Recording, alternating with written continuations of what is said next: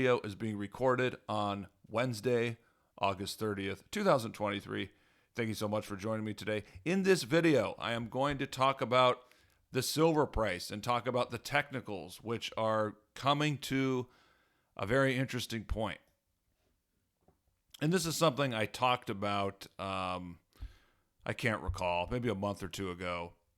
So I'm talking about it again as we get closer to that decision point. So this is a weekly line chart of silver with this is the equivalent to the 400-day moving average here in light blue. This is the net speculative position divided by open interest.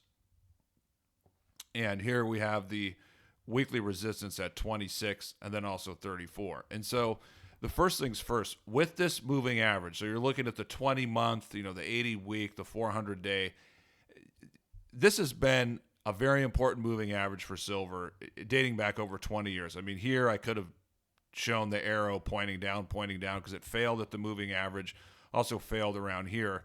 Then you can see the market finally was able to get above the moving average and hold above it here in 2003. So even though the bottom was here, if we're talking about, when really did the bull market get going, it was really 2003. And so this pullback here, came close to the moving average. This one went a little bit below. This one went a little bit below. Then after the financial crisis, the quick rebound, this was immediate resistance. Before silver really went parabolic, it was correcting. It pulled back. If you're looking at bar charts, you can see here and here. If you're looking at bar charts, it came much closer to the moving average. That's why I show those arrows. But then the secular bear market starts in 2011, which no one expected or predicted at the time. No one predicted it to be secular. But anyway, here, silver struggling. Here, it basically fails at the moving average. After the pop in 2016, fails at the moving average. Here, it rebounds, fails again. It's hard to put it right here, but this is after COVID, the huge rebound, pulled back, and then boom. And so here we are where it's holding above it. Not only did this happen, I believe in June, but now you have it again here in August. So you have these two solid holdings of the moving average. And the moving average is also sloping up. That's important. And so if we look, when the moving average is sloping up and the market successfully tests it, silver, that's a very good sign. So, this is very, potentially very positive price action. Now, the real key is this weekly resistance here at 26. So we need to see a weekly close in silver above 26. That would be hugely significant. If that happens, then we potentially have a measured upside target here of 834.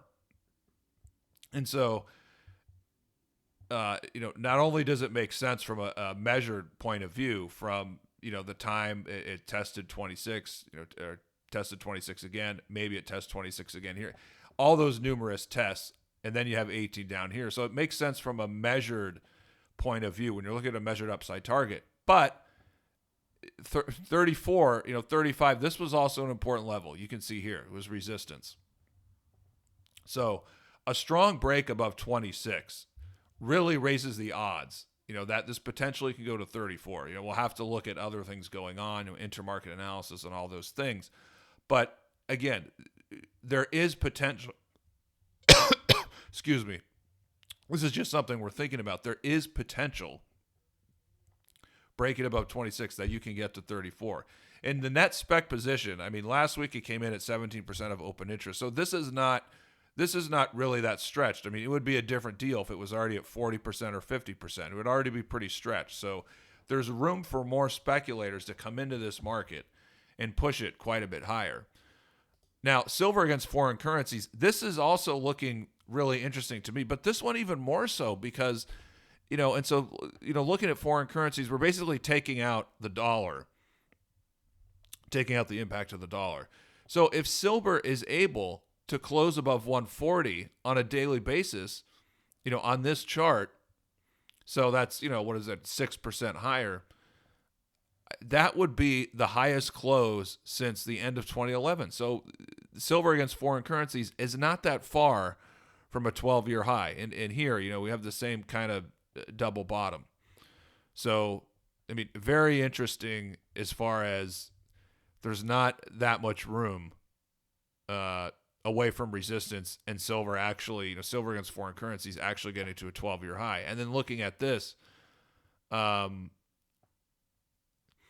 obviously if silver was able to move above, make a weekly close above 28 and change, that would be, a 10-year high, potentially 11-year high. So there's still a lot of work to be done as far as silver. But, the main point is silver is coming to a really interesting point, and we'll have to monitor both of these charts moving forward because, if the macro there, if perhaps the dollar gets a lot weaker, or inflation expectations start moving higher, or the market thinks the Fed is going to have to cut rates really aggressively, all these things could be coming into play, to potentially support this breakout here above 26 and a move to 34. So just something we've got to think about. Keep our eye on it. I certainly will be following it. Let me know what you think in the comments. Talk to you guys again in the next video.